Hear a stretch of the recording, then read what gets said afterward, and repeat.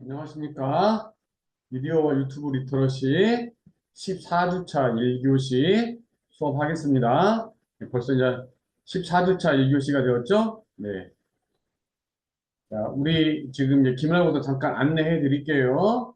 자, 우리 이제 6월 첫째 주, 6월 첫째 주가 14주차고, 그럼 둘째 주가 이제 15주차가 되는데, 학교에서는 15주차에 시험을 보라고 하지 않고, 16주차에 6월 15일에서 6월 20일 사이에 시험을 보라고 지금 안내를 줬어요. 네. 그래서 제가 아직 구체적 날짜는 아직 정하지 않았고요. 한 수요일 정도 보는 게 낫지 않을까 이렇게 생각이 듭니다. 네. 2교시나 15주차 때 또 이렇게 정해지면, 어, 2교시 강의에서 정확한 날짜 안내해 드릴게요. 네.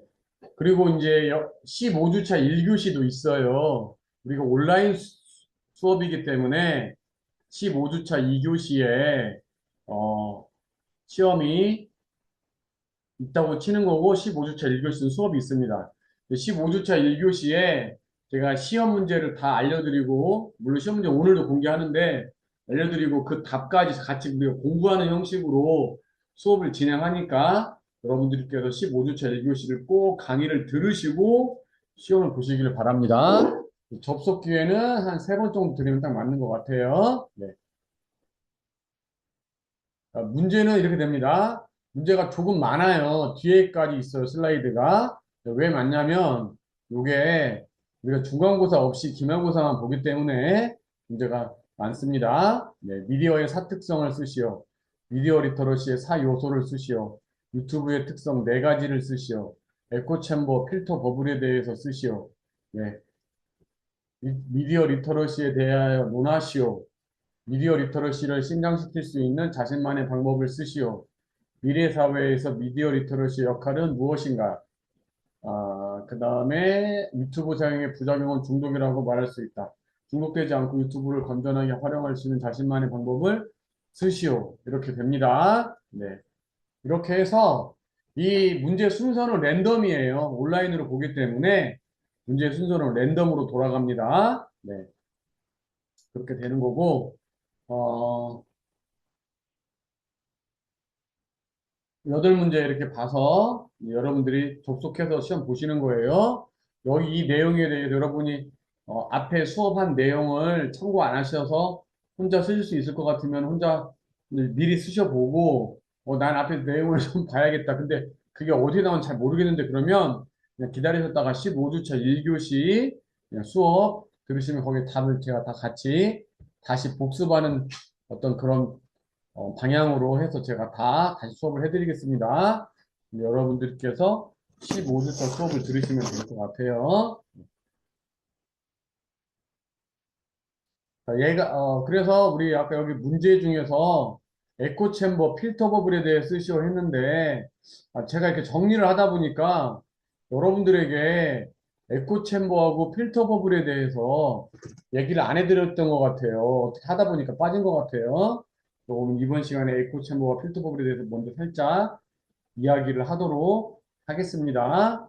자, 그래서 우리가 이제 이걸 제가 미디어 읽기, 우리 그 전반기에, 4주차인가 5주차에 전반기에 미디어 읽기, 또 미디어 쓰기 했었어요. 기억나시려는 모르겠네요. 그래서 미디어 읽기, 미디어 쓰기, 그때 미디어 읽기에서 에코 챔버와 필터 부분을 했었어야 되는데, 제가 그걸 빠뜨린 것 같아요. 정리하면서 보다 보니까, 내가 수업을 안 했구나. 그래서 내가 좀 다시 이번에 수업을 해드리겠습니다. 자, 에코 챔버와 필터 버블. 에코 챔버, 필터 버블. 자, 에코 챔버란 뭐냐? 반향실 효과라고도 말한다. 반향실 효과. 차단된 알고리즘 속에서 자신과 비슷한 목소리만 듣는 폐쇄적인 상황을 비유적으로 이루는 말이다. 다른 목소리, 다른 생각을 접하기가 힘들어서 편협해질 수밖에 없다. 자, 이런 에코 챔버와 필터 버블이 나오는 이유는 알고리즘이라는 게 생겨서 우리가 어떤 이 인터넷상에서 나에게 정보를 주는 것이 알고리즘을 통해서 정보를 주기 때문에 그렇습니다. 네. 그러니까 구글에서 2009년도인가요? 그때 이제 그 전에는 우리가 딱 구글 또는 뭐 지금 다음 네이버에다가 어떤 뭐 예를 들어서 백석 문화대학교 딱 치게 되면은 누가 치든지 똑같은 결과가 나왔었는데 근데 이제 2009년인가요? 그걸 맨 처음에 구글에서 서비스를 먼저 시작했는데 이제 그 사람에 따라서 이제 정보를 다르게 주잖아요. 그러다 보니까 이런 차단된 알고리즘 속에서 어, 자기가 좋아하는 정보만 자꾸 접하게 되는 그런 상황이 생긴 거고 그 중에 하나가 이제 에코 챔버라는 거죠. 방향실 효과다. 차단된 알고리즘 속에서 자신과 비슷한 목소리만 듣는 폐쇄적인 상황을 비유적으로 이루는 말이다. 비슷한 건데 네, 네, 이제 더 좀 보시게요. 뉴스, 미디어 등의 정보를 이용하는 자가 기존에 본인이 가지고 있던 신념이 닫힌 체계로 구성돼 커뮤니케이션에 의해 증폭, 강화되고 같은 입장을 지닌 정보만 지속적으로 되풀이 수용하는 현상이다. 알고리즘 추천으로 자신의 기존 신념과 일치하는 정보만을 계속해서 수용하게 되는 현상이다. 사회적이나 정치적인 의견이 극대화되는 현상을 증가시키며 극단주의의 배경이 된다. 중요한 거는 이제 극대화, 사회적으로나 정치적인 의견이 극대화되는 현상, 극단주의의 배경이 된다라는 것 때문에 이제 문제가 되는 거죠. 네. 그 다음에 필터 버블. 자, 엘리 프레이저의 생각 조종자들에서 언급된 건데, 특정 알고리즘에 의해 정보가 걸러진 거품 속에 갇히는 현상이다.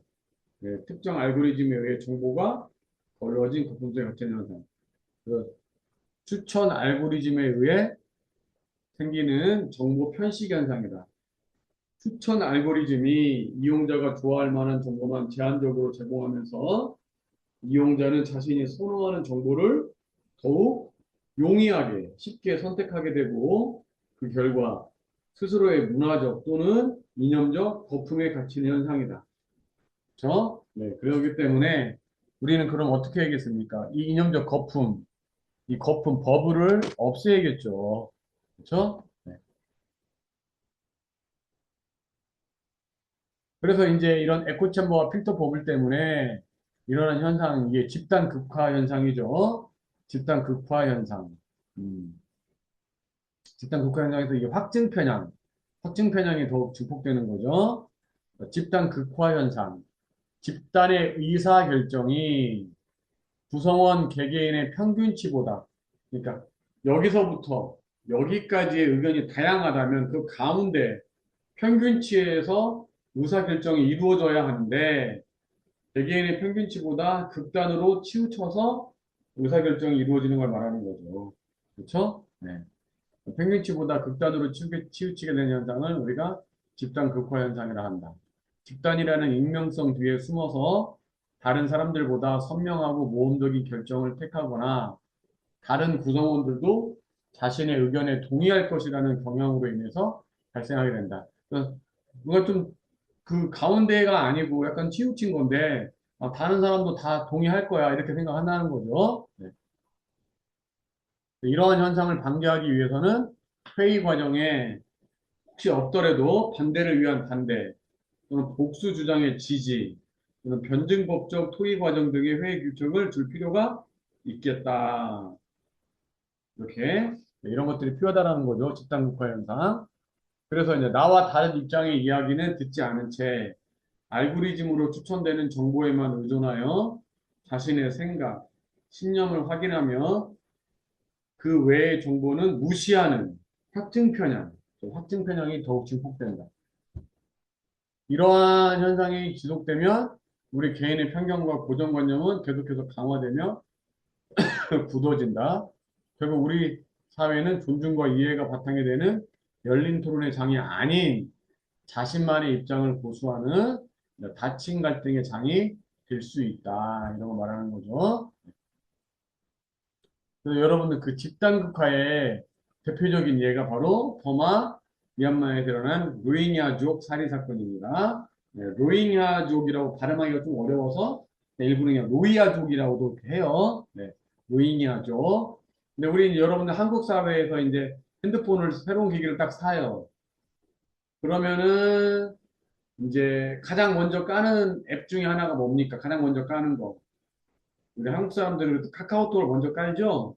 카카오톡을 먼저 까는데, 이 동남아 사람들, 특히 베트남, 버마, 이쪽은 페이스북부터 먼저 깔아요. 페이스북.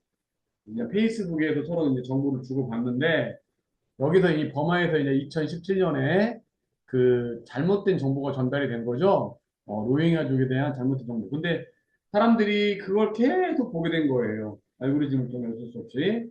그래서 로힝야족의 어떤 잘못된 혐오를 가지게 돼 버려가지고 그 사람들이 이제 어떤 사람들을 학살하게 된 거죠. 1000명 이상이 학살되었고 30만 명 이상이 이제 거기를 이제 떠나게 되면서 난민이 발생합니다. 그래서 이게 바로 정말 잘못된 정보, 집단 국가의 대표적인 예가 된 거죠. 대표적인 예. 그리고 이제 일부 정치계에서는 2016년에 미국에서 트럼프가 당선이 됐는데 그 트럼프 당선도 뭐 집단 국가의 하나의 대표적인 예가 될 수 있다. 이렇게 또 말하기도 합니다. 네. 그래서 우리는 우리의 그 읽기, 그래서 제가 이제 아까 제가 말씀드린 대로 우리가 이제 이게 미디어 읽기 단어에서 다뤄줬어야 되는데 그 미디어 읽기에서 읽기라는 건 결국 버블을 터뜨리는 거 아까 필터 버블이 있었죠? 그 버블을 터뜨리는 것으로부터 시작되어야 한다. 네, 이렇게 말씀드리고 싶습니다. 그리고 이제 원래 이제 이번 주차에 하려고 했던 건 미래사회와 미디어 리터러시예요. 미래사회와 미디어 리터러시인데 제가 이제 지난 시간까지는 단순히 그냥 단순히 미래사회와 형 미디어 리터러시만 불러 연결해서 수업을 했었는데 우리 이제 네, 그래서 이제 미래사회와 인공지능 우리가 이제 미래사회와 인공지능 제가 처음에 이 수업을 시작할 때와 지금은 사실 또 많이 또 차이가 생겼다. 그래서 AI랄지 GPT 이런 것들이 좀 더 구체적인 모습을 보이고 실제 많은 사람들이 사용을 하게 된 거죠, 지금. 그래서 하여튼 코로나 팬데믹 전염병 이후의 우리의 미래 인공지능 시대에 어떻게 대비할 것인가 이런 생각을 좀 해야 되는데 어, 구체적으로 이제 한국의 미래 사회에 대해서 또 얘기해 볼 필요성이 좀 있겠다. 그것은 왜 독일에서 만든 사우스 코리아 이즈 오버 이거죠. 사우스 코리아 이즈 오버. 제가 이제 이 수업을 위해서 최근에 이제 이거 캡처한 거니까 이 조회수도 거의 이제 최근에 나온 건데 사실은 이 조회수가 요게 이제 1년 전인가 요 영상이 나오자마자 급격하게 이 조회수가 올라갔죠? 그냥 그한 1200만 정도를 바로 탔던 것 같아요. 여기 여러분들 잘 보시면 음, 자, 지금 사우스 코리아 이즈 오버 해서 1년 전이고 대한민국은 끝났다. 전 세계 1200만 뷰 기록한 바로 그 영상인데 10개월 전이에요. 10개월 전. 그러니까 2개월 동안 1200만 뷰를 달성한 거고, 이제 그 후에 10달 동안 340만 회 정도 더 본 건데, 처음 2개월 동안 1200만 뷰를 이게 달성했을 만큼 처음에 나왔을 때, 그러니까 이제 엄청나게 이게 많이 주목받았어요. 그래서 사우스 코리아 이즈 오고, 한국은 끝이다. 한국은 끝났다.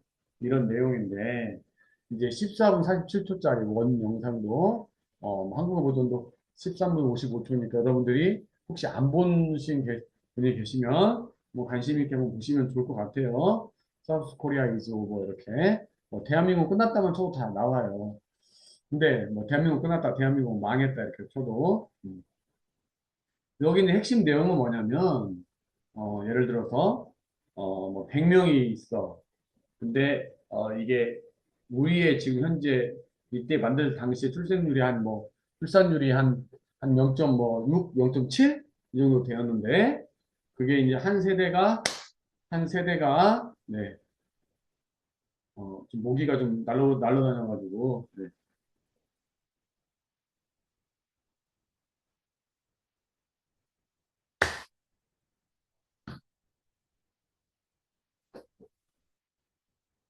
네, 한 세대가, 음, 네, 그래서 이제 한 세대 출산율이, 이제 채 1도 되지 않잖아요. 그러면은, 이제 인구가, 반으로 줄고, 사실 반을 더 주는 거죠. 또 그러면 또 한 세대 지나면 더 그 반으로 줄고, 또 한 세대가 지나면 더 반으로 줄기 때문에, 우리 이제 지금은 그래도 우리가 뭐 2010년, 15년까지는 한 40만 정도 아이들을 낳았고 그 전에 이제 급격히 떨어져서 뭐 2년 동안인가 30만을 낳고 27만까지 떨어졌다가 다시 조금 오른다고 지금 하고 있는데 하여튼 이렇게 출산율이 현재 출산율이 계속된다면 결국 대한민국은 숫자가 줄어들게 될 것이다. 그러면은 뭐 결국은 지금은 그래도 대한민국이 잘 사는 이유가 우리가 이제 세금을 많이 내고 있잖아요. 많은 사람들이. 근데 나중에는 세금을 내는 사람들이 없어지게 되니까 여러 가지 어떤 기본 어떤 시스템이랄지 기간산업 이런 것들이 지금 잘 돌아가지만 나중에 잘 돌아가지 않아서 결국 한국은 망할 수밖에 없다. 이런 내용인데 사실 매우 일리가 있는 이야기죠. 그렇죠. 네. 물론 이제 거기에 이제 빠져 있는 내용 만약에 그 전제가 돼야 된다는 것은 이 출산율이 계속 간다는 얘기. 근데 또 이제 우리가 어떤 뭐, 외국인을 데리고 와서, 인구수를 계속 유지할 수도 있겠다. 뭐 이런 것도 좀 빠져있긴 한데, 그래서 순수하게 출산율을 그대로 적용했을 때는 그게 된다라는 건데, 근데 이제, 최근에 와서는, 어, 우리가, 출산율이 조금 올라갔어요. 그렇죠? 그래서, 네. 지금 이제 2026년 5월 27일 날 이게 신문인데 3월 출생아 수가 25,200명이고 1분기 1분기가 75,013명, 75,000명으로 잡으면 우리가 4분기까지 있으니까 평균적으로 우리가 30만 명은 좀 돌파할 것 같다. 그렇게 나오는 거죠. 네. 30만 명은 돌파할 것 같다. 인구가 1년 출생아 수가 30만 명은 될 것 같다. 뭐 이런 식으로 해서 좀 그나마 출산율의 저점은 때렸기 때문에 괜찮지 않나 이렇게 지금 현재는 생각할 수 있는데 그래도 부족하기 때문에 우리가 좀 경각심을 가져야 되고 그런 것에 대해서 좀 더 또 실제 그 진실을 또 제대로 알아야 되고 그런 내용 그럴 필요가 있습니다. 그런 이 사우스 코리아 이즈 오버 여러분들이 보시면은 간과하고 있는 것이 지금 사실 거기서 약간 잘못 알고 있는 것이 우리가 최근에 뭐 출산율이 인구수가 좀 늘어나고 있다 하고 있는데 그게 이제 반절은 맞고 반절은 틀린 얘기가 물론 이제 출산율 자체가 0.95 정도까지로 올라온 거는 사실이긴 한데 출생아 수가 많아진 이유 중에 하나가 여러분들이 유튜브에 아니 인터넷에 딱 쳐보시면은 우리나라가 1985년에서 1990년까지는 실제 어떤 일이 있었는지 모르겠는데 그때 아이를 적게 낳았어요. 1985년부터 1990년까지. 오히려 1995년부터 90년부터 1995년까지가 더 많아요. 사실 출생아 수가. 그러니까 물론 코로나로 인해서 이렇게 결혼의 숫자도 적긴 했지만 지금 과거에는 그게 불과 한 3, 4년 전, 4, 5년 전에는 85년생에서 90년생들이 주로 출생하는 해였고, 출산을 하는 해였고, 지금에 와서는 이제 1990년에서 95년에 태어난 사람들이 주로 출산을 하는 해이다 보니 출생아 수가 자연스럽게 늘어날 수밖에 없는 거죠. 아이를 낳는 사람 숫자가 자체가 많으니까. 그런데 거기에다가 전체적으로 출산율 자체도 조금 올라가고 있다. 그 0.95 정도 된다. 그래서 이번에 우리가 한 30만 명을 정도 다시 낳지 않을까. 그런데 30만 명 되는 것도 사실은 많은 건 아니죠. 네. 그런 어떤 좀 숨겨진 비밀이 있다라는 겁니다. 85년에서 90년 태어난 사람보다 90년에서 95년 태어난 숫자가 더 많기 때문에 그 사람들이 결혼하고 아이를 낳기 때문에 사실은 출생아가 많아진 거다. 네. 그리고 이제 이 대한민국은 끝났다라는 이 버전에는 사실은 좀 외국인 이민에 대한 그 내용도 사실 빠져 있긴 해요.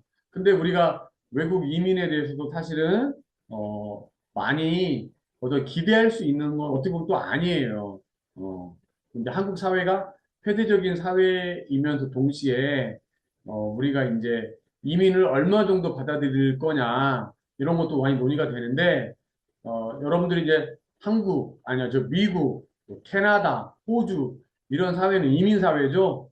거기에 원래 살던 원주민들은 사실은 거의 이제 사라지게 되었고 외국에서 이렇게 들어온 사람들이 살게 되는 이민자 나라잖아요. 나라 자체가. 그러니까 우리나라를 그런 나라에 비교할 수는 없는 거고, 그럼 우리나라를 이제 유럽, 프랑스, 독일, 뭐 덴마크, 네덜란드 이런 나라들도 이제 그 저출산을 다 겪고 있고, 그 저출산을 해소하기 위해서 이민을 받았는데, 우리가 유럽의 모델을 따라가야 되는 건데, 유럽도 보니까 한 11%, 12%까지도 이민을 받은 나라들이 있어요.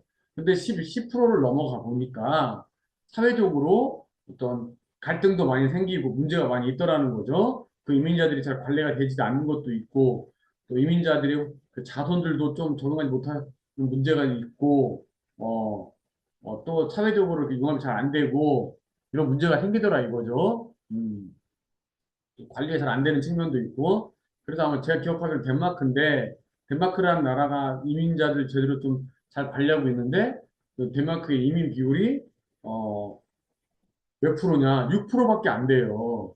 근데 우리나라는 어떻습니까? 2024년 12월에 그 5%를 이미 넘었어요. 그중에서 또 상당수가 또 이제 결혼 이민자고 있긴 한데, 하여튼, 우리가 외국인들의 어떤 그런 우리나라에서 사는 그 비율이 5%가 넘었다. 그러니까 우리가 여기서도 뭐 더 이상 많이 이렇게 더 이상 많이 받아들이지는 사실은 힘들지 않나. 우리나라에 또 이민청도 없어요. 사실은 현재도 만들어야 된다고 하는데 이민청도 없고, 뭐 그런 지금 상황입니다. 네. 그런 상황에서 우리가 만약에 정말 이런 출산율이 계속 이 정도 0.95로 많이 올라왔다고 하지만 여기서 더 이상 올라가지 않으면 결국 우리가 미래 사회가 문제가 될 수밖에 없다. 세금을 어, 내는 인구가 줄어들기 때문에 우리가 이렇게 우리 지금 사실 대한민국이 엄청난 그 선진국이잖아요. 지금 코로나 이후에 엄청난 선진국이라는 걸 알 수 있습니다. 사실은. 네. 2026년 현재 한국은 명실상부한 선진국이에요. 근데 이 선진국의 지위를 얼마나 유지할 수 있을까? 우리 결국은 세금과 관련된 이야기죠. 어, 세금과 우리가 그래서 예를 들어서 뭐 외국인들이 많이 정말 들어와서 그 외국인들이 일을 다 많이 하면서 세금도 많이 내면은 뭐 일부 커버될 수 있는 부분도 있겠지만 우리 구성원들의 어떤 비율이 외국인이 훨씬 많아지면은 또 새로운 사회 문제가 생길 수도 있고 물론 또 슬기롭게 극복하면 잘 융합을 될 수 있는데 일단 이제 사회 자체가 구성원들이 이질적인 구성을 이룬다는 건 문제가 될 수 있겠다. 뭐 그런 말씀 드리는 거예요. 외국인들 자체가 문제가 되는 뜻은 아니고. 네. 그래서 이제 우리가 정말 선진국인데 뭐 선생님이 개인적 주관 아니냐 할 수 있지만 정말 그렇지 않아요. 외국어를 배우는 아니 한국어를 배우는 사람들이 정말 많이 늘었어요.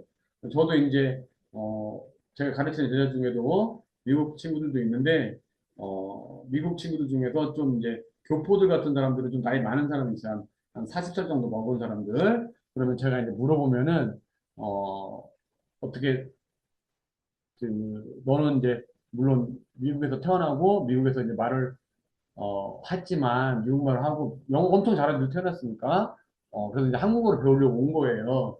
그래서 제가 이제 한국어를 가르치는데 너가 좀 나이가 어린 건 아니고 30대 후반이니까 어때? 너가 젊었을 때랑 지금이랑 너를 대하는 미국 사람들 태도가 다르니? 라고 물으면 확실히 다르다고 합니다. 확실히 다르다. 자기가 뭐 10대 때랄지 20대 초반까지만 해도 뭐 자기 그렇게 우호적으로 바라보지 않았는데 지금은 상당히 우호적으로 자기를 바라본다. 그래서 그리고 그래서 자기도 또 한국말 더 배우려고 하는 거고 이렇게 그리고 이제 독일 같은 경우도 여러분들도 보신 분도 계시겠지만 코로나 이전에는 사실은 한국어를 배우려고 하는 사람들이 적었어요. 그리고 이제 대학에서 예를 들어서 한국어 강의가 개설된다. 그러면 한국어 강의를 개설되면은 수강 신청을 받잖아요. 정원이 50명이다. 코로나 이전에는 정원 절대 안 찼어요. 그러나 지금은 많게는 3대1, 4대1까지 비율이 이렇게 늘어나고 있어요. 이런 것들은 우리 한국이 잘 알려졌기 때문에 그런 거죠. 한국 문화의 우수성이 있기 때문에. 기본적으로 우리 한류라는 게 있고, BTS, 무시할 수 없죠. 블레이크급 이런 거. K-팝, 또, 노벨 문학상도 탔고, 아주 유명한 영화 기생충도 상을 받았고, 미나리랄지, 또 토니상도 또 수상했잖아요. 네. 근데 여러분들 아마 이렇게 아직도 많은 국내적 문제를 가지고 있는데 무슨 선진국이 이렇게 말할 수도 있는데 우리가 생각하는 선진국이란 나라들 있잖아요. 미국 또는 뭐 유럽, 응? 영국이나 프랑스. 근데 우리가 선진국이 아닐 때 우리가 그들을 선진국이라고 했을 때 그들도 다 내부적으로 다 그런 어떤 문제를 다 가지고 있었음에도 우리가 선진국이라고 다 바라본 거예요. 그리고 제가 이제 중고등학교 다닐 때 우리가 홍콩의 문화를 엄청나게 많이 받아들였어요. 지금의 한류에 빗대서, 그때 당시 뭐, 홍콩류라고 해야 되나? 뭐 그런 게 있었던 것처럼. 근데 그때도 사실은 홍콩에, 국내적 문제가 많이 있었어요. 지금도 미국 같은 나라도 잘 산다고 하지만, 미국의 어떤 노숙자도 되게 홈리스 많고, 또 뭐 할렘가가 아닌 그냥 단순히 가난한 사람들이 사는 동네 이런 동네도 여전히 존재하고 또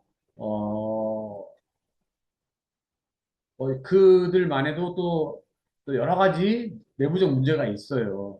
그래도 우리가 여전히 미국을 선진국이라고 부르는 거고 뭐 공부하러 유학 가려고 하면은 또 그런 데로 유학 가는 거예요. 마찬가지로 우리나라도 우리나라 내부에 뭔가 좀 뭐 우리가 우리끼리는 또 뭐 헬조선이다. 대한민국 아까 말씀드린 것처럼 망했다. 하지만 뭐 그런 의미를 가지고 있으면서도 사실은 우리가 선진국으로 지금 불리고 있는 것입니다. 네.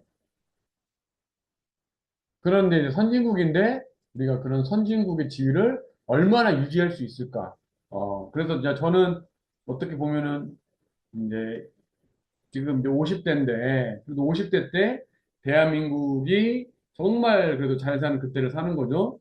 근데 이제 저희 아버지나 저희 그 장인어른 같은 경우는 뭐 70대, 80대이신데 그분들이 사실은 한국에 지금 저희 아버지도 현재도 일을 하고 계시거든요. 여전히 적지 않은 수입을 올리고 계세요. 어, 뭐 별건 아니고 이제 개인 택시 하고 계시거든요. 개인 택시 하시는데 그 연배에 있어서는 적지 않은 소득을 올리고 계시고 장인어른 같은 경우는 농사 짓고 계시는데 이제 물론 이제 우리 처남이 같이 도와주면서 하는데 적지 않은 수익을 올리고 계시는데 그분들한테 이제 제가 여쭤보면은 젊었을 때 그들 생각하셔서 젊었을 때 정말 이렇게 한국이 잘 살 줄 몰랐고 그리고 이제 저희 아버지 같은 경우는 개인 택시를 하시다 보니까 개인 사업자가 있잖아요. 그러니까 뭐 코로나 때도 좀 돈도 좀 이렇게 지원금도 받으시고 지금도 가끔씩 뭐 이렇게 주유와 관련된 소상공인과 이렇게 지원해주는 거 받으신단 말이에요. 나라에서 이렇게 지원해줄 거라고는 전혀 생각하지 못했다. 정말 이런 얘기 하시거든요. 그만큼 우리가 잘 사는 건데 이렇게 잘 사는 거를 얼마나 이제 유지할 수 있을까 그냥 이런 얘기죠. 그래서 이제 앞에서 제가 아까 보여드린 대한민국은 망했다. 이것은 2060년 되면 망했다. 대한민국은 이렇게 되는 건데. 음. 그래서 그런 것들의 기본적인 이유는 이제 출산율 때문에 그렇다라는 거죠. 출산율. 그래서 뭐 최근 출산율이 0.95까지 향상되었다고는 하는데, 어, 1년 출생아수가 연 30만 명이 되는데, 연 30만 명이라도 계속해서 유지가 된다면 모르는데, 연 30만 명 낳다 보면은 자연스럽게 30년 후에는 15만 명 이하로 떨어진다는 거죠. 그렇죠. 왜냐면 우리가 1.9는 돼야지 인구가 유지된다고 하니까요. 네. 그런데, 네. 근데 여러 미래학자들의 주장이 있고, 저는 여러 미래학자 중에서 이제, 유발 하라리의 어떤 책을 가장 많이 읽고, 그분의 강연도 유튜브를 통해서 많이 듣고, 그분의 의견을 상당히 좀 신뢰하는 편인데, 음, 미래에 대한 여러 의견이 있고 우리는 미래가 어떻게 올지 모른다. 그래서 미래에 대해서는 긍정적인 의견도 있고 부정적인 의견도 있어요. 그 AI와 관련돼서 그래서 이제 부정적인 의견은 우리가 AI한테 완전 먹힐 것이다. 그래서 가장 부정적인 의견을 낸 사람은 30년 후에 우리 인류가 절멸할 것이다. 이렇게 된 의견도 있고, 이제 긍정적 의견은 이제 선한 정치 세력이 나와가지고, 선한 세력에 의해서 우리가 이제 기본소득 받으면서, 우리가 정말 좋아하는 일을 하면서 살 것이다. 이렇게, 하는 건데, 하여튼, 그건 모르죠. 네. 근데 이제, 하여튼 어쨌건 일정 이상의 출생아 수가 필요하다. 그런데 우리나라가 미래 사회에 너무나 인구가 없어서 망할 것이다. 이렇게 말하는 주장도 있는 반면에 미래 사회에서는 오히려 많은 인구가 부담이 될 수 있다. 많은 인구가 부담이 될 수 있다. 근데 우리는 인구가 적기 때문에 오히려 유리하다. 사실은 저 이제 한 5, 6년 전에 미래학과 관련된 그런 프로그램을 진행한 적이 있어가지고 그때 공부를 좀 많이 했거든요. 근데 그때 이제 유발 하라리의 책도 좀 중점적으로 살펴봤고 그때는 이제 호모 넥서스라는 책은 안 나왔었어요. 최근에 낸 책인데 어 근데 이제 거기 그런 책들 중에서도 어떤 인류의 많은 인구가 부담이 된다. 이렇게 의견을 내고 있었지만 한국 사회에서는 우리가 저출산으로 인해서 오히려 인구가 많은 것이 부담이 되고 우리가 인구가 좀 적기 때문에 도움이 될 수 있다. 이런 의견을 하시는 예전부터 학자들은 알고 있었지만 아무도 주장을 못 하는 거죠. 왜? 그럼 우리가 더 저출산으로 가니까. 그때만 해도 뭐 0.6, 0.7이잖아요. 근데 최근에 0.9까지 올라왔다고 하지만, 네. 어, 나도 여러 의견이 있습니다. 우리가 어떻게 될지. 네. 일정 이상의 인구는 좀 그래도 우리가 유지를 해야 되지 않을까. 네. 음. 우리 이제 2050 미래사회 보고서 이런 내용도 좀 준비를 했는데, 이런 것들은 좀 시간이 됐으니까, 2교시 때 이어서 또 얘기를 해보도록 하겠습니다. 그래서 이번 내용의 어떤 핵심은 미래사회와 리더십을 말하고자 하는데, 한국 사회에서는 사실은 너무 저출산 때문에, 미래사회가 사실, 유지될지 안 될지, 그것도 사실은 불투명하다. 그럼에도 또 미래 사회에서는 너무 많은 인구가 부담이 되니까 오히려 적은 인구가 부담이 덜할 수도 있다. 이런 의견도 있지만 그렇다 하더라도 일정 이상의 출생아 수는 필요하지 않겠나. 뭐 이런 게 지금 핵심 내용입니다. 자, 그럼 1교시 수업은 여기서 마치고 이어서 2교시 수업 계속 진행하도록 할게요.